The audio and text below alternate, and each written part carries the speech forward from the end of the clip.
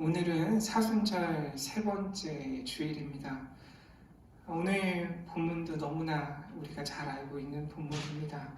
예수님의 성전 정화 사건이죠.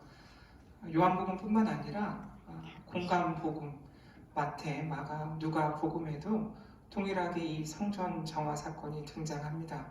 마태복음에는 21장 12절에서 13절, 마가복음에서는 11장 15절에서 17절, 누가복음에서는 19장 45절에서 46절에 이 예수님의 성전 정화 사건이 등장하죠. 공관복음은 이 예수님의 성전 정화 사건을 전체 그 흐름으로 볼 때 후반부에 배치하고 있죠. 그래서 이 성전 정화 사건 때문에 예수님께서 십자가에 달리시게 된 그런 이유 중 하나로 이야기하고 있죠. 오늘 요한복음에서는 이 사건이 가나 혼인잔치 바로 뒤에, 그러니까 요한복음 앞부분에 등장하고 있습니다. 오늘 말씀의 가장 중요한 지점은 이 예수님께서 예루살렘 성전을 대신하시는 새 성전이시라는 것을 요한은 이야기하고 있어요. 요한복음에서 예수님이 새 성전이 되심을 이렇게 요한복음 초반에 황하고 못 박으면서 예수님이 하나님의 아들이시라는 것을 이제 이야기해 나가는 거죠. 당시 성전은 하나님과 하나님의 백성, 하나님의 자녀들이 만나는 곳이었죠. 그래서 그곳에서 제사를 드렸어요. 종교적인 축제 기간, 오늘 말씀대로라면 6월절, 이런 축제 기간이나 아니면 새로운 생명이 태어났을 때도 성전을 찾아갔었고요. 그리고 농경이나 이런 목축이 중요한 사역이기 때문에 어떤 내가 수확한 그런 것들에 대한 감사, 그것들이 일어나는 아주 중요한 공간이었죠. 그래서 사람들의 특별한 때에 모이는, 그래서 하나님께 예배드리는 곳이 바로 성전이었습니다. 성전은 거룩한 곳이었고 우리와 하나님이 만나는 곳이었다는 거죠. 그런 성전을 예수님께서 대체하신 거죠. 그래서 예수님의 몸이 새로운 거룩한 곳이 되신 것이에요. 그래서 말씀이 육신이 되어 우리 가운데 사셨다라는 그 요한복음의 그 처음의 말들이 바로 이것을 의미하고 있습니다. 성전을 깨끗하게 하신 예수님, 새로운 성전이 되신 예수님, 그 예수님을 오늘 말씀을 통해 우리가 만나게 되고, 이 만남을 통해 우리는 이것을 묻게 되죠. 그렇다면 우리는 어디에서 하나님을 만날 수 있을까? 그 질문을 오늘 말씀을 통해 하게 됩니다. 답을 먼저 생각해 보면 예수 그리스도를 통해 우리는 하나님을 만날 수 있다라는 거죠. 예수 그리스도를 통해 하나님이 우리와 함께 하신다라는 것을 우리는 깨달아야 된다라는 것, 그 임마누엘을 오늘 말씀도 동일하게 이야기합니다. 먼저 13절의 6월절에 대한 이야기를 해야 할 것 같아요. 13절, 때는 6월절이 가까운 시기였다, 이렇게 이야기하잖아요. 신명기 16장 16절을 보면 이렇게 되어 있어요. 너희 가운데 모든 남자는 1년에 3번 곧 무교절과 칠칠절과 초막절에 네 하나님 여호와께서 택하신 곳에서 여호와를 배웁되 빈손으로 여호와를 배웁지 말고 라고 되어 있어요. 이 말씀에 따르면 모든 유대인, 특히 남성들은 이 무교절, 즉 6월절과 그리고 칠칠절, 초막절, 이 절기들을 지키기 위해 예루살렘을 방문해야 했던 거죠. 요한복음에서 예수님께서 3번의 6월절을 맞이하세요. 오늘 본문이 첫 번째 6월절에 해당되고, 그리고 6장 4절을 보면 두 번째 6월절을 맞이하시고요. 그리고 11장 55절 이후에 세 번째 6월절이 예수님께 다가오죠. 요한복음의 다른 부분들도 살펴보면 12장 1절이나 13장 1절, 13장 1절은 이렇게 되어 있네요.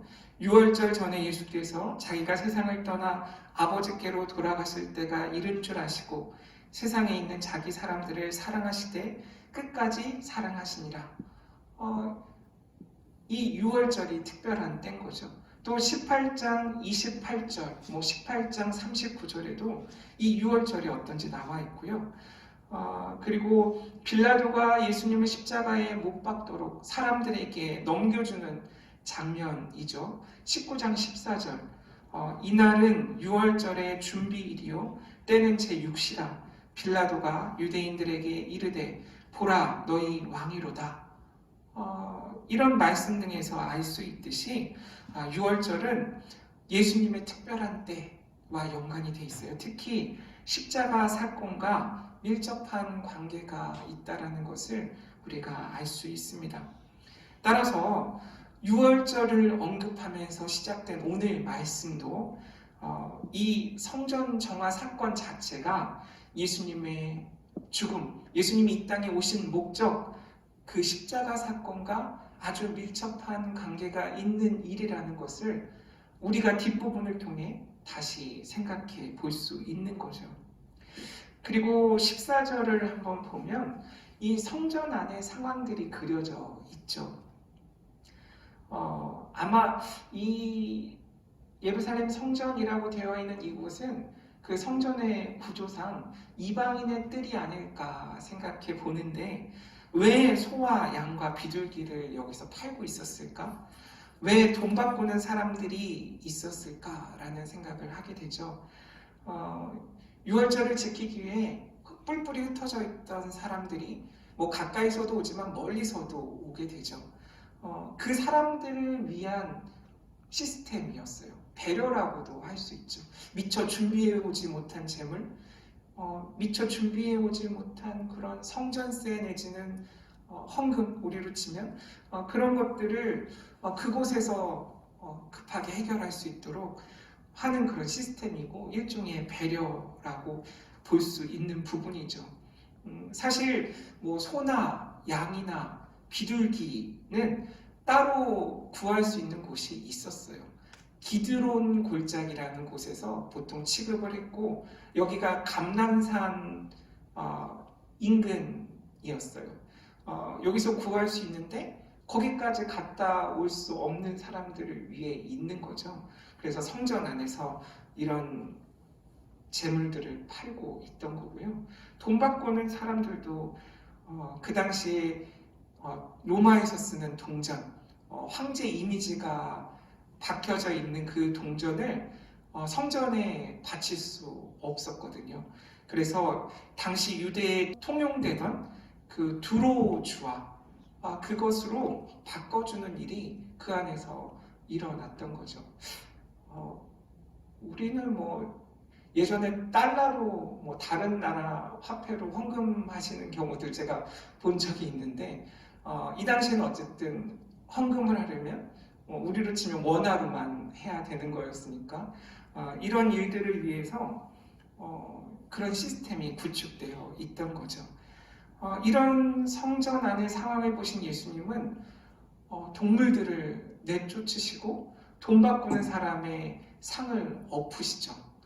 왜 그러셨을까라는 질문을 이어서 하게 됩니다. 사실 자세한 설명은 되어 있지 않지만 이 동물들을 살펴볼 때 아마 가장 가난한 사람들이 바칠 수 있었던 동물이 비둘기였겠죠.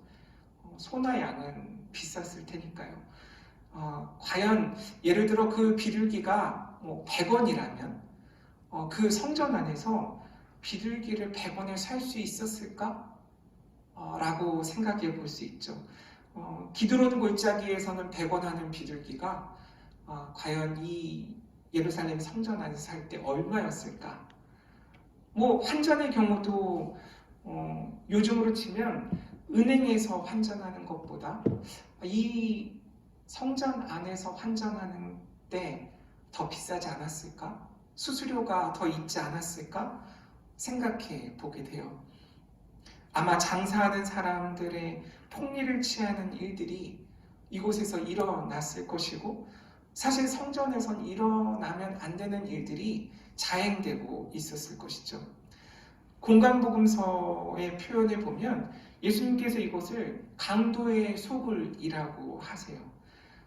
아마 그런 일들을 보셨기 때문에 강도의 소굴이라고 말씀하셨을 것 같거든요.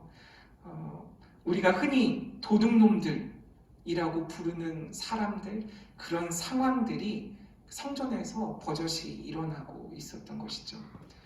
뭐 최근 뉴스에 계속 나오는 우리 지역과 가까운 지역에서의 신도시 땅 투기 의혹 같은 일들, 제가 볼 때는 비슷한 일인 것 같아요. 그런 일들이 일어나고 있었던 것이죠.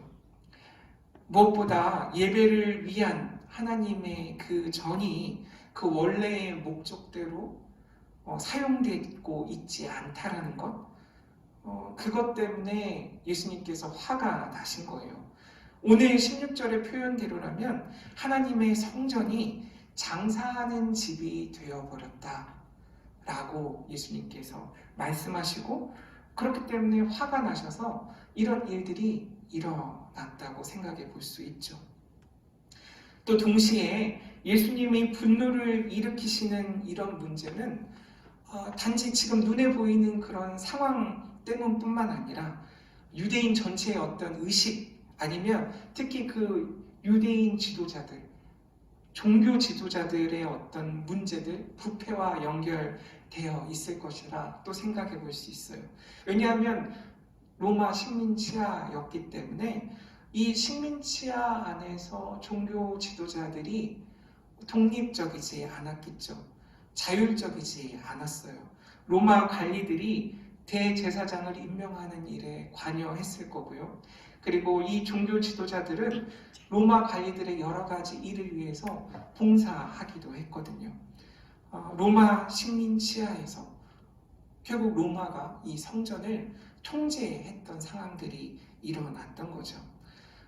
그래서 이런 예수님이 구체적으로 어떤 이유 때문에 이렇게 화가 나셨을까 정확히 알 수는 없지만 그 분노의 방향이 단지 지금 돈을 바꿔주고 동물들을, 재물들을 팔고 있는 그 사람들만을 향해 있는 것이 아니라 로마의 관료나 아니면 종교 지도자들의 결탁, 공모 이런 것들과 또 연관되어 있을 것이라고 우리가 충분히 추측해 볼 수 있어요. 이런 이야기들을 비추어 보면 지금 우리가 살아가는 삶과도 연결되어 있는 부분이죠. 우리가 흔히 이야기하는 시민 생활과 그리고 종교의 영역 사이에 아주 복잡한 관계들을 우리가 생각해 볼 수 있도록 오늘 본문은 우리를 초청하는 거죠.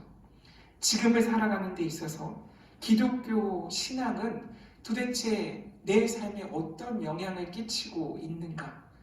세상의 가치관, 법 이런 것들이 기독교 가치관, 내가 신앙으로 고백하는 그런 나의 모든 것들과 어떤 관계를 맺고 있는지 묻고 있는 거예요. 타협하고 있는지, 아니면 어떤 것이 어떤 것을 방해하고 있는지. 그래서 내가 신앙을 방해 요인이라고 스스로 생각하는지, 아니면 세상의 가치관과 법을 방해 요인이라고 생각하고 있는지 묻게 되는 지점이 바로 이 성전 정화 사건이라고 저는 생각합니다. 특히 코로나19 시대에 우리가 살고 있기 때문에 이 문제가 중요한 것 같아요. 국가 권력 그리고 종교 이 둘의 관계에 대해서 우리가 생각해야 되는 거죠. 적어도 우리나라에서 이 국가 권력과 그리고 특히 개신교 교회와의 관계, 그 관계를 하나로 이야기하기 어렵잖아요. 여러 목소리들이 있는데, 예를 들어 이런 구체적인 질문을 한번 던져봤어요. 제가 제 스스로에게. 2021년 3월에 예수님을 따른다라는 것과 정부의 방역 정책에 협조한다라는 것, 그것이 과연 다른 것인가? 아니면 동일한 것인가? 이런 질문들을 오늘 이 성전 정화 사건을 통해 우리가 물을 수 있을 것 같아요. 그렇다면 원래 성전의 기능이 무엇인지 살펴볼 필요가 있어요. 구약에서 성막, 성전, 이 기능이 딱 정해져 있거든요. 출애굽기 25장 22절, 레위기 1장 1절, 민수기 12장 4절, 신명기 31장 14절, 이 말씀들을 보면 성전은 하나님이 말씀하시는 곳이에요. 즉 계시가 이루어지는 곳이고, 성전에서 하나님께서 하나님의 자녀들, 백성들에게 이야기하시죠. 하나님께서 말씀하시는 곳, 그것이 첫 번째 성전의 의미이고 기능이에요. 역할이죠. 두 번째는 출애굽기 29장 38절에서 43절, 출애굽기 30장 7절에서 10절, 이 부분들을 보면 성전은 하나님께 제사 드려지는 곳이죠. 하나님의 자녀들을 위한, 백성들을 위한 속죄의 피가 뿌려지는 장소가 바로 이 성전이에요.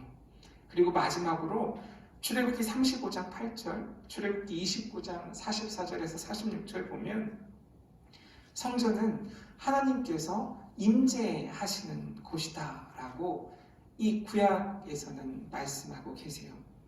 오늘 말씀의 핵심이 바로 이것이죠. 성전 정화 사건은 이러한 성전의 기능들, 이것들이 예수님을 통해 성취되고 완성된다라는 것, 그것을 이야기하고 있는 거예요.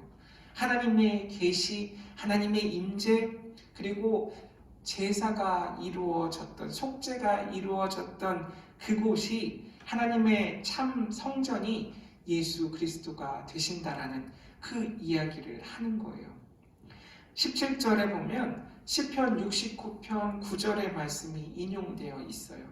주의 집을 위하는 열성이 나를 삼키고 주를 비방하는 비방이 내게 미쳤나이다 라는 말씀인데, 이 말씀에서 주의 전을 향한 열심, 이 부분이 바로 하나님을 향한 예배를 의미하죠. 온전한 예배를 원하고 있다라는 것을 오늘 말씀이 이야기하는 거예요.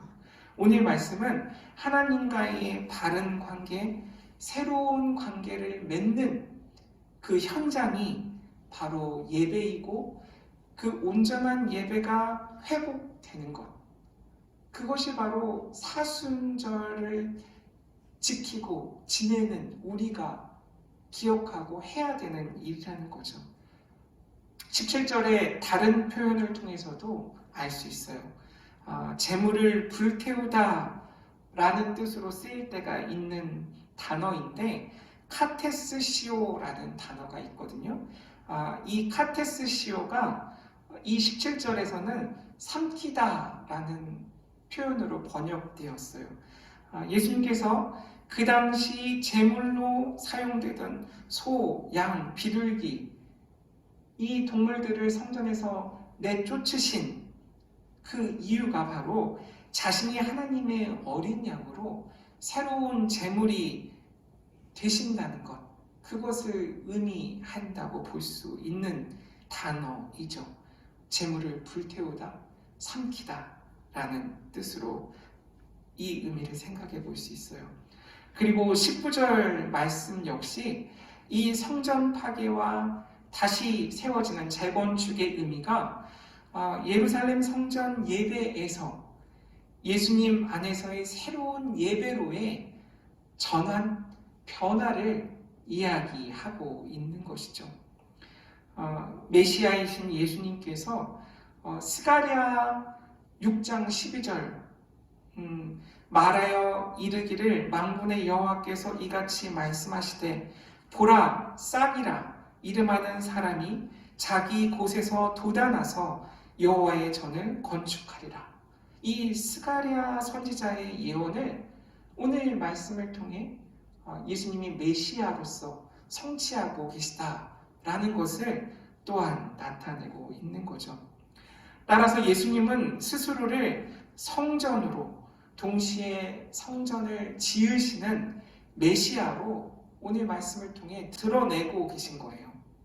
성육신하신 예수님의 몸이 성전이라는 것, 예수님이 새로운 성전이 되신다는 것, 새로운 성전을 통해 새로운 예배가 드려진다라는 그 복음을 오늘 말씀을 통해 우리가 깨달을 수 있는 거죠.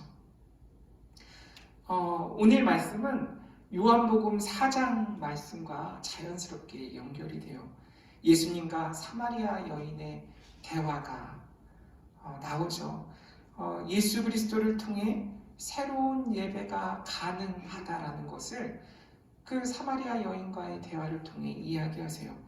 요한복음 4장 20절에서 23절 제가 한번 말씀드릴게요. 우리 조상들은 이 산에서 예배하였는데 당신들의 말은 예배할 곳이 예루살렘에 있다 하더이다. 예수께서 이르시되 여자여 내 말을 믿으라. 이 산에서도 말고 예루살렘에서도 말고 너희가 아버지께 예배할 때가 이르리라. 너희는 알지 못하는 것을 예배하고 우리는 아는 것을 예배하노니 이는 구원이 유대인에게서 남이라. 아버지께 참되게 예배하는 자들은 영과 진리로 예배할 때가 오나니 곧 이때라. 아버지께서는 자기에게 이렇게 예배하는 자들을 찾으시니라. 아멘. 오늘 말씀 그리고 요한복음 4장의 이 말씀을 통해서 결국에는 우리가 예배를 어떻게 정의하고 생각하는지를 묻게 되는 거죠. 우리는 어디서 어떻게 예배를 드리고 있는가의 문제예요. 오늘 말씀은 우리의 예배가 예수 그리스도를 통해서 예수 그리스도 안에서 드려진다라고 말씀하고 계세요. 기존의 우리 예배가 익숙함이라는 이름, 전통이라는 이름, 배려라는 이름, 하나의 시스템으로 우리 안에 우리 삶에 정형화되어 있다면 마치 오늘 말씀의 예루살렘 성전처럼 그런 상태, 그런 상황이 아닌지 우리로 하여금 되돌아보라고 하시는 거죠. 우리가 성전이라 여기던 곳과 그 성전에서 너무도 자연스럽게 일어나는 일들, 그것을 오늘 예수님께서 깨끗하게 청소해 주시는 사건이 바로 오늘 말씀이에요. 내 안에서 내쫓을 것이 무엇이 있는지, 엎어버릴 상이 무엇인지, 허물고 다시 세워져야 할 것들이 무엇인지 찾아보라는 것이죠. 그 가정이 있으면 일으키신다고 예수님께서 약속하세요. 부활과 관련해서 자주 사용되는 단어죠. 에게이로, 일으키심. 그 일으키심이 우리 삶 속에 이 예배를 통해 예수님을 통해 일어난다라는 거예요. 마지막으로 우리가 이러한 때에 해야 할 일들이 오늘 본문에 나와 있죠. 17절 그리고 22절을 통해 깨달을 수 있어요. 그것은 말씀을 기억하고 그 기억함을 통해서 믿는 일이에요. 바로 오늘 말씀에서 제자들이 한 일이죠. 그래서 중간중간에 나레이션을 하고 있잖아요. 제자들도 예수님께서 십자가 사건 그리고 부활 사건 이후에 이 말씀들이 기억난 거예요. 그래서 다시 또 새롭게 믿게 된 거거든요. 요한은 그 2장 11절에서 이 가나의 혼인잔치, 예수님께서 물을 포도주로 바꾸는 그 첫 번째 표적 이후에 이렇게 증언하고 있죠.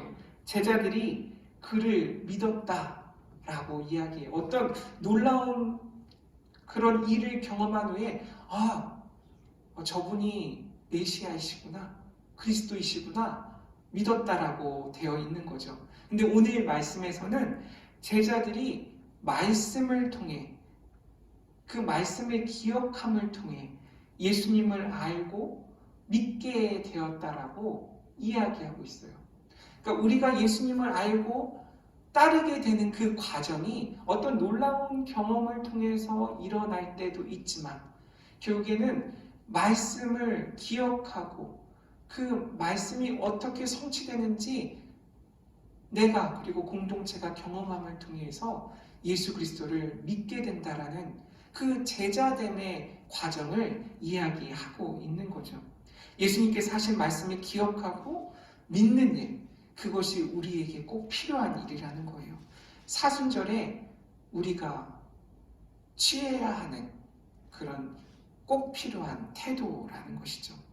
예수님이 그리스도이심을, 그리고 예수님을 통해 하나님을 만난다는 것을 믿기 위해서 필요한 과정, 말씀을 기억하는 것이라고 오늘 이야기하죠.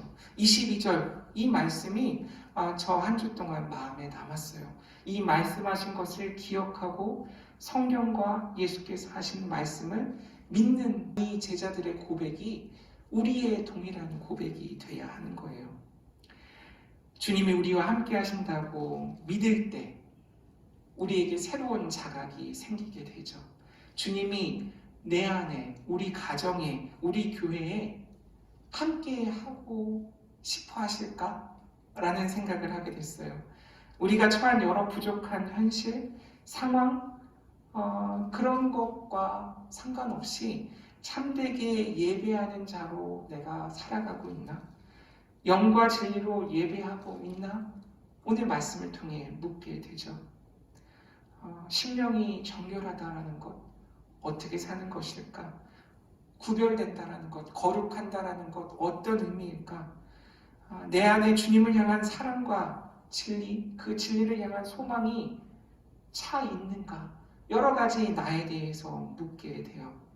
그래서 내가, 우리 가정이, 이 교회가 예수님께서 즐거이 머무시는 그런 처소로서의 역할을 하고 있는지 오늘 말씀을 통해 우리가 묻게 되는 거죠.